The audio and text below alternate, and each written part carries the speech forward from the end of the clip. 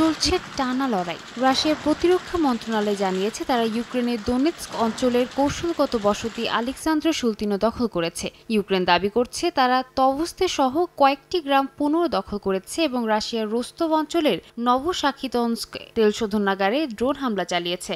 Russia নিয়ন্ত্রিত দোনেৎস্কে ইউক্রেনীয় হামলায় বেশ কয়েকজন হতাহত হয়েছেন। ক্ষতিগ্রস্ত হয়েছে আবাসিক ভবন। ইউক্রেন বলছে রাশিয়ার হামলায় 574টি ড্রোন ও 40টি ক্ষেপণাস্ত্র ব্যবহার করা হয়েছে। এতে ঘটেছে হতাহতের ঘটনা। ইউক্রেনের হামলায় রাশিয়ার একাধিক তেল শোধনাগার বন্ধ হয়ে হাঙ্গেরি ও স্লোভাকিয়ায় তেল সরবরাহ অন্তত 5 দিনের জন্য বন্ধ হতে পারে বলে আশঙ্কা সংশ্লিষ্টদের।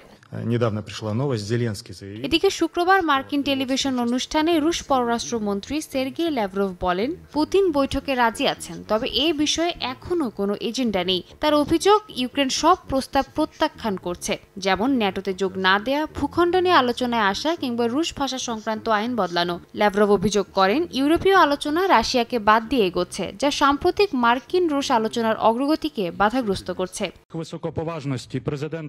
কিয়েভে ন্যাটো মহাসচিব মার্ক রুটের সঙ্গে যৌথ সংবাদ সম্মেলনে জেলেনস্কি পাল্টা বলেন, রাশিয়া ইচ্ছাকৃতভাবে বৈঠক এড়িয়ে যাচ্ছে। তার দাবি, বৈঠক যুদ্ধ শেষ করার একটি উপায় মাত্র, কিন্তু রাশিয়া তা চায় না। এ সময় জেলেনস্কি কঠোর নতুন নিষেধাজ্ঞা, বিমান প্রতিরক্ষা ব্যবস্থা ও যুদ্ধ বিমান বাড়ানোর দাবি করার পাশাপাশি কৃষ্ণ সাগর বিষয়ে সহায়তার প্রস্তাব দেওয়ার জন্য তুরস্ককে ধন্যবাদ জানান। এদিকে 2 সপ্তাহের মধ্যে আলোচনার ফলাফল না দেখলে রাশিয়ার উপর নিষেধাজ্ঞা আরোপের হুঁশিয়ারি দিয়েছেন মার্কিন president Donald Trump. Sadia Tasnim, সময় সংবাদ।